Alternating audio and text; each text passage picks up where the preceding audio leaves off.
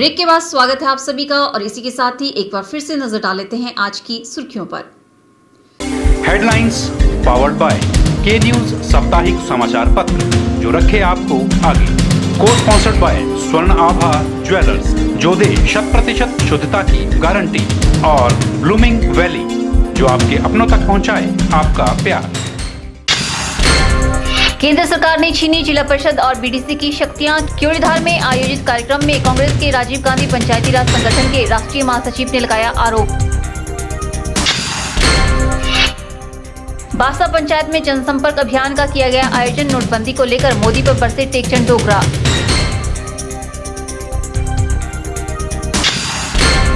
हिमाचल में पहली बार आयोजित होगी संतोष ट्रॉफी। 27 दिसंबर से 2 जनवरी तक सुंदरनगर में किया जाएगा आयोजन। हिमाचल प्रदेश फुटबॉल संघ के अध्यक्ष अमित पाल ने दी जानकारी। और सुविधाएं न मिलने पर माइग्रेशन करवाने लगे विद्यार्थी। हिमाचल प्रदेश तकनीकी विश्वविद्यालय हमीरपुर के पास पहुंचे 3 दर्जन से अधिक छात्र। बिगड़ैल बंदरों के मूड को समझने के लिए दुनिया भर से विशेषज्ञ पहली बार हिमाचल में जुटेंगे। बंदरों के व्यवहार पर सालों से रिसर्च कर रहे विशेषज्ञ यहां मंथन करेंगे कि कैसे इन्हें आबादी वाले क्षेत्रों में आने से रोका जाए। बंदरों के हमले कैसे रुकें और किसान कैसे अपनी फसलों को इनसे बचाएं। केंद्रीय वन एवं पर्यावरण मंत्रालय के सहयोग से प्रदेश का वन विभाग देश का पहला अंतर्राष्ट्रीय सेमिनार 4 जनवरी को सोलन में आयोजित करेगा। इसमें अमेरिका की कैलिफोर्निया यूनिवर्सिटी के विशेषज्ञों के अलावा मलेशिया, हांगकांग, श्रीलंका और सिंगापुर के विशेषज्ञों को बुलाया गया है। सेमिनार में बंदरों की समस्या से निपटने के लिए विचारों का आदान प्रदान होगा। हिमाचल के अलावा बंदरों की समस्या से जूझ रहे दिल्ली, उत्तराखंड, आंध्र प्रदेश, तेलंगाना और बिहार जैसे राज्यों के अधिकारी भी सेमिनार में आएंगे। सेमिनार में बंदरों की साइकोलॉजी को समझने का प्रयास किया जाएगा। वर्तमान में हिमाचल में बंदरों की समस्या को रोकने के लिए जितने प्रयास हुए उतने किसी प्रदेश में नहीं। बावजूद इसके बंदरों के आतंक में खास कमी नहीं आई है। ऐसे में अब दूसरे देशों जहां बंदरों की समस्या पर काम हो रहा है उनसे सुझाव लेकर उन्हें अमल में लाया जाएगा। बंदर वन्य जीवों में सबसे समझदार प्रजातियों में से एक है। विशेषज्ञ कहते हैं कि इनका स्वभाव और खानपान आसपास के हालत के अनुसार बदलता है। उदाहरण के तौर पर बंदर किसी का भी सामान छीन लेते हैं लेकिन बदले में उनकी पसंद की खाने की चीज मिलने पर छोड़ भी देते हैं। हिमाचल में खासकर नसबंदी के लिए बंदर पकड़ने वाली टीम के पहुंचने पर सभी बंदर तुरंत भाग जाते हैं। उससे पहले तक वे आम लोगों के बीच मौजूद रहते हैं। विशेषज्ञों का मानना है कि यही कारण है कि बंदर कहीं भी किसी भी अन्य जीव की अपेक्षा ज्यादा आसानी से घुल मिल जाते हैं। ब्यूरो रिपोर्ट के चैनल। निजी इंजीनियरिंग कॉलेजों में पर्याप्त फैकल्टी स्टाफ व सुविधाएं न होने पर इन कॉलेजों के छात्र अब माइग्रेशन करवाने लगे हैं। हमीरपुर जिला के एक निजी इंजीनियरिंग कॉलेज के विभिन्न ट्रेडों के 5वें सेमेस्टर के छात्र छात्राएं हिमाचल प्रदेश तकनीकी विश्वविद्यालय हमीरपुर के प्रबंधन वर्ग के पास पहुंचे व दूसरे संस्थान में माइग्रेशन करवाने की मांग की। इससे विश्वविद्यालय प्रबंधन भी हैरत में पड़ गया है। भविष्य को लेकर चिंतित इन विद्यार्थियों ने कॉलेज में असुविधाओं व पर्याप्त स्टाफ न होने को लेकर कई गंभीर आरोप भी लगाए हैं, जिससे विश्वविद्यालय प्रशासन भी सख्ते में है। विद्यार्थियों ने आरोप लगाया है कि कॉलेज प्रबंधन उन्हें कॉलेज बदलने के लिए एनओसी भी नहीं दे रहा है। विश्वविद्यालय से संबद्धता लेने के समय विश्वविद्यालय प्रशासन को जो स्टाफ बताया जाता है वह केवल कागजों में ही सीमित होता है तथा उसके बाद उन्हें वे शिक्षक पढ़ाते हैं जिन्हें कोई तजुर्बा नहीं होता। सुविधाएं भी पर्याप्त नहीं दी जाती हैं तथा जुर्माना भी मनमाना किया जाता है। माइग्रेशन बोल रहे हैं कि एक तो फीस बहुत ज़्यादा है माइग्रेशन की 20,000 और हम माइग्रेशन इसलिए करवा रहे हैं कि क्योंकि हम कॉलेज से परेशान हो चुके हैं। वहाँ पे हमारी सी 22,000 फीस थी, एकदम से जंप लगाया उन्होंने, फीस कर दी उन्होंने 33,000 जाके। कभी 31 बोल रहे हैं, कभी 33 कर रहे हैं और 100 रुपये पर डे फाइन डाल रहे हैं। तो संडे भी उसमें इंक्लूड हो रहा है। तो ये बहुत बड़ी प्रॉब्लम है और उनको हर महीने किसी चीज़ के पैसे चाहिए होते हैं कॉलेज वालों को। तो घर वाले परेशान हो चुके हैं और वहाँ पे स्टाफ भी नहीं है। तो घर वाले बोलते हैं कि अच्छे से कॉलेज में जाओ, वहाँ भी पैसे देने हैं, यहाँ भी पैसे देने हैं। तो इतनी सारी सप्लीज आ रही हैं, स्टाफ है नहीं। बस बीटेक पास आउट रख लिए हैं, वही सप्लीज हैं, वही टीचर हैं, तो स्टाफ है नहीं। तो उसी प्रॉब्लम को लेकर हम यहाँ आए हैं क्योंकि कॉलेज में हमारी कोई नहीं सुनता है, तभी हम HPT में आए हैं यहाँ पे। विश्वविद्यालय से संबद्धता लेने के समय सभी औपचारिकताओं को पूर्ण करने पर अब डिग्री पूर्ण होने के समय कॉलेज पर इस तरह के आरोप लगने व विश्वविद्यालय से संबद्धता लेने के समय सभी औपचारिकताओं को पूर्ण करने पर अब डिग्री पूरी होने के समय कॉलेज पर इस तरह के आरोप लगने पर विश्वविद्यालय प्रशासन भी सख्त कार्रवाई करने के मूड में लग रहा है, क्योंकि मामला छात्रों के भविष्य से जुड़ा हुआ है। वहीं जनवादी नौजवान सभा ने भी प्रदेश सरकार से इस मामले में दखल देकर सख्त कार्रवाई करने की मांग की है। के चैनल के लिए हमीरपुर से नवनीत बत्ता की रिपोर्ट। यहाँ रुकते हैं एक और ब्रेक के लिए। ब्रेक के बाद भी खबरों का सिलसिला यूं ही जारी रहेगा। आप बने रहिए हमारे साथ।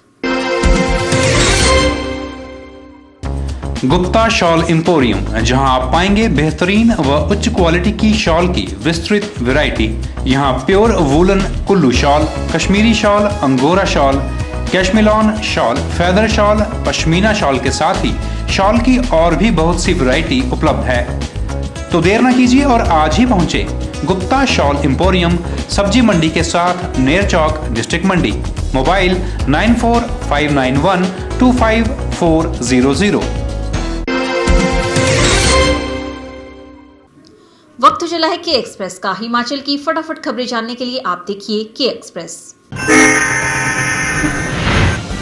राजीव गांधी पंचायती राज संगठन के राष्ट्रीय संयोजक ने प्रधानमंत्री के नोटबंदी के फैसले को निरंकुश शासन करार दिया है।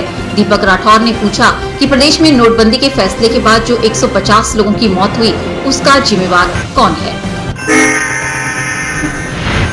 राजीव गांधी पंचायती राज संगठन के राष्ट्रीय संयोजक दीपक राठौर के अनुसार आज देश के प्रधानमंत्री को किसी पर भी विश्वास नहीं है या फिर वे किसी को भी विश्वास में लेकर कार्य नहीं कर रहे हैं। राजीव गांधी पंचायती राज संगठन के राष्ट्रीय संयोजक दीपक राठौर ने कहा कि जिस तरह के फैसले देश के प्रधानमंत्री ले रहे हैं, उस तरह के फैसले निरंकुश शासक ही ले सकता है, आम जनता का प्रधानमंत्री नहीं। सोमवार को यहां पर राजीव गांधी पंचायती राज संगठन की जिला मंडी की कार्यसमिति की भी घोषणा की गई। 31 सदस्यों की समिति का संयोजक टेकचंद को बनाया गया। कार्यसमिति के सदस्य आने वाले समय में जिला भर की पंचायतों में जाकर आम जनता को प्रदेश की मौजूदा सरकार की नीतियों से अवगत करवाएंगे। समिति के प्रत्येक सदस्य को जिला की 4 से 5 पंचायतों को जागरूकता अभियान चलाने के निर्देश दिए गए हैं। सदस्यों के कार्यों की समीक्षा भी की जाएगी और आने वाले समय में सदस्यों को कार्य को बेहतर करने के दिशा निर्देश भी दिए जाएंगे। राजीव गांधी पंचायती राज संगठन हिमाचल प्रदेश में विकेंद्रीकरण यात्रा और पंचायत जागरूकता अभियान चलाएगा। आगामी समय में सिराज की केलुधार में संगठन ब्लॉक सम्मेलन भी करने जा रहा है, जिसमें राजीव गांधी पंचायती राज संगठन के राष्ट्रीय महासचिव गगनदीप सिंह भी शिरकत करेंगे।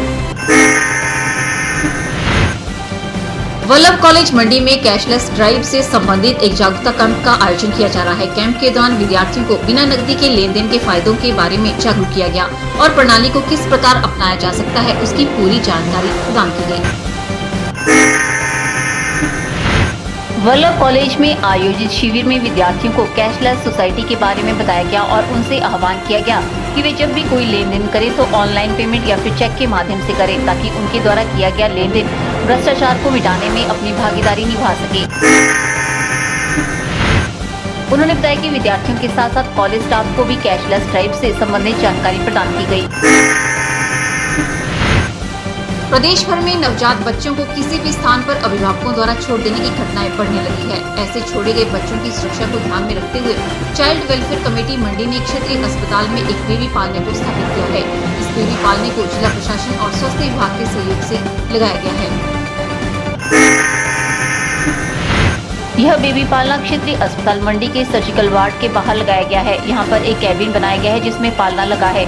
बेबी पालने के साथ एक वेल भी लगाई गई है, जिसमें बेबी को यहाँ पर रखने के बाद बचाया जाएगा। बाद में बेबी को स्वास्थ्य विभाग अपनी देखरेख में चाइल्ड वेलफेयर कमेटी के हवाले करेगा और बाद में बेबी को बेबी पालने में जो लोग अनचाहे बच्चे को छोड़ना चाहते हैं, वे यहाँ पर बच्चों को छोड़ सकते हैं। चाइल्ड वेलफेयर कमेटी के चेयरमैन चंद्र सिंह ठाकुर ने बताया कि अनचाहे बच्चों की सुरक्षा के मद्देनजर ही इस बेबी क्रेडल रिसेप्शन सेंटर की स्थापना की गई है।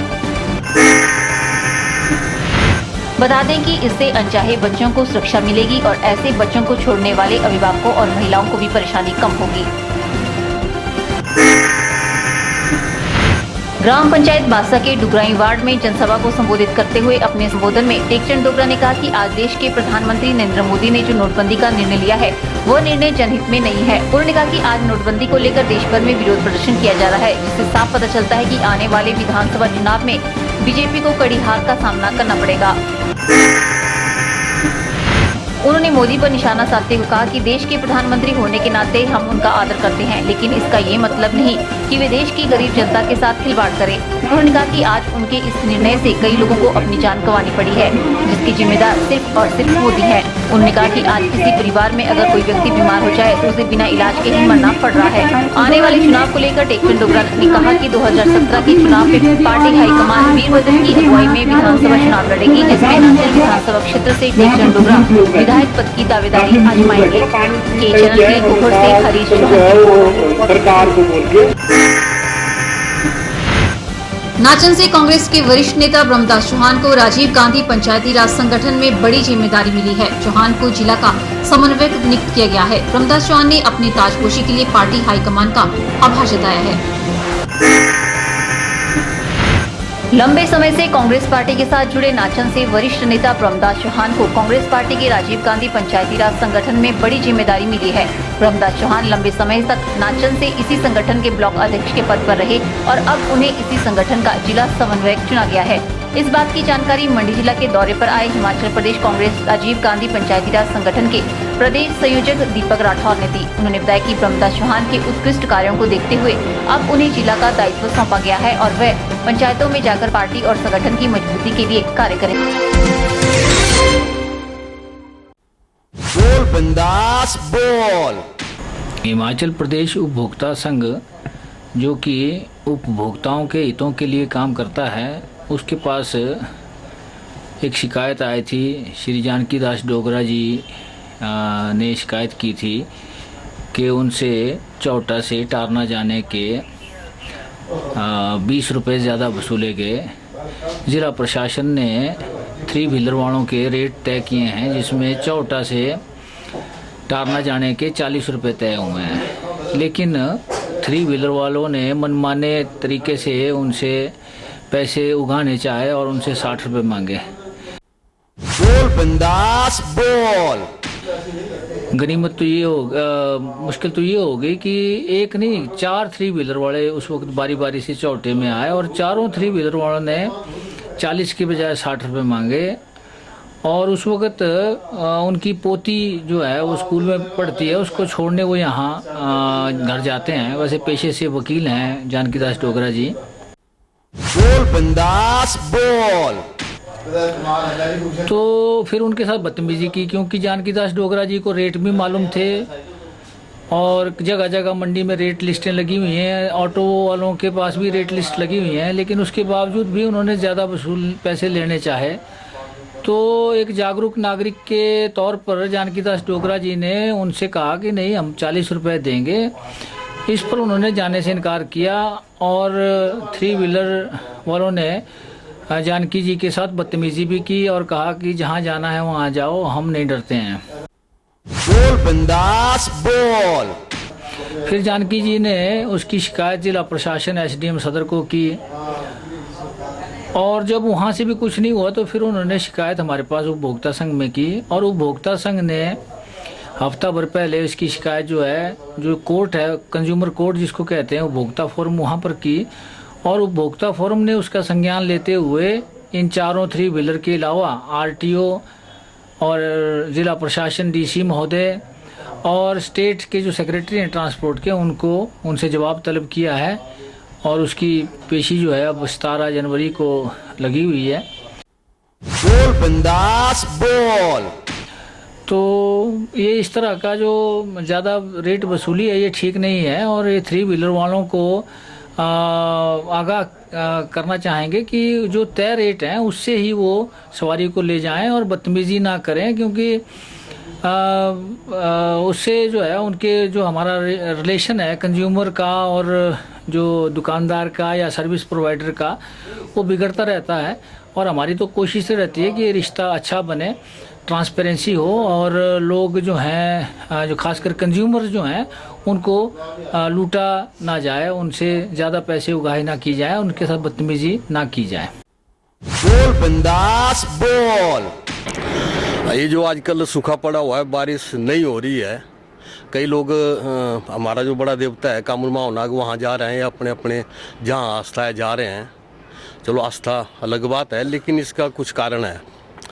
ये कारण है जो अंधाधुंध जंगल कट रहे हैं। अब जैसे जनजाति के क्षेत्र में इस जंगलों का दायरा कम होता जा रहा है, जो कि अभी रिपोर्ट आई है, और बाकी भी जो मध्य हिमालय है वहाँ भी बुरा हाल है। और पेड़ हर साल दावा करते हैं, लगाते हैं, लेकिन अगर वहाँ देखें तो अब कुछ भी नहीं है। तो मेजर कारण जो है ये है अंधाधुंध कटान और पौधे नहीं लगाना। बोल बिंदास बोल। और दूसरा कारण है जो जंगली जीव जंतु हैं वो धड़ल्ले से मारे जा रहे हैं। उनकी कमी जो इन्वायरमेंट को मतलब प्रभावित करती है, जैसे काकड़ है, घोड़ है, जंगली मुर्गे हैं, गौ है, नेवला है, तो कुछ जो प्रवासी लोग हैं इनको ख़त्म किए जा रहे हैं, जिसके कारण ये सूखा पड़ रहा है। बोल बिंदास बोल। और नंबर 3 इलेक्ट्रिसिटी। अंधाधुंध डैम बन रहे हैं और चारों तरफ जो अवैध कटान है वो जारी है, और उसके कारण जैसे ब्यास नदी का ही ले लो या ऊड़ का ले लो, डैम तो बना दिए इन्होंने, लेकिन 15% पानी नहीं छोड़ रहे हैं। नीचे भी ज़रूरत होती है, आवश्यकता होती है, और ये भी एक बहुत बड़ा कारण है, और ये भूकंप का कारण भी बनेगा। इसके लिए रशियन और जो अमेरिका के साइंटिस्ट हैं वार्निंग दे चुके हैं, कभी 8 पॉइंट से ऊपर आ सकता है। अगर ऐसा हुआ तो हाल बेहाल हो जाएंगे। तो ये 3-4 जो कारण हैं, अगर इस पर सरकार चाहे कंट्रोल कर सकती है, लेकिन यदि सरकार इसमें असफल होती है तो लोगों को इकट्ठा होना पड़ेगा। जहाँ जहाँ जंगल है या जहाँ जहाँ ऐसी समस्या है तो अपने आप खड़े होना पड़ेगा और रोकथाम करना पड़ेगी, ताकि बारिश समय पर आए। बोल बिंदास बोल। ये जो अभी ओलंपिक हुए उसमें इंडिया को हमें 2 मेडल मिले। एक पीवी संधू जो कि बैडमिंटन में 2nd पोजीशन लिया, और अभी भी वो भारत की बेटी खेल रही है, और जगह जगह जो अंतर्राष्ट्रीय मैच हो रहे हैं अच्छी फाइट दे रही है। अभी चाइना की एक अच्छी महिला खिलाड़ी को उन्होंने बीट किया। साथ दूसरा मेडल हमें प्राप्त हुआ था हरियाणा की महिला है जो 20 वर्षीय मलिक, उसने 60 kg ओपन रेसलिंग में 3rd प्लेस ली। तो 2 मेडल हमारे हिस्से में पड़े। इसके अलावा हमारी हॉकी में, चलो मैं नहीं बोलता भाई मेडल नहीं मिला, लेकिन हमारे बच्चे अच्छे खेले।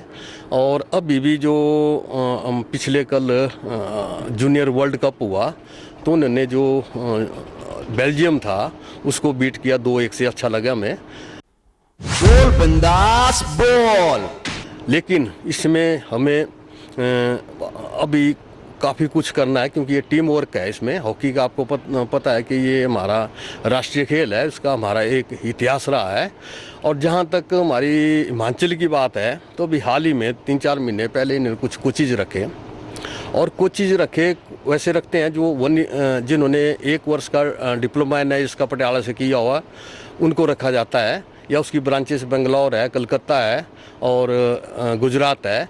लेकिन बड़े खेद का विषय है कि अभी यूथ सर्विस एंड स्पोर्ट्स वालों ने, जिन्होंने मात्र 42 दिन का कोर्स किया और जिनको स्पोर्ट्स का ABC का पता नहीं है, वो रखे हैं उन्होंने।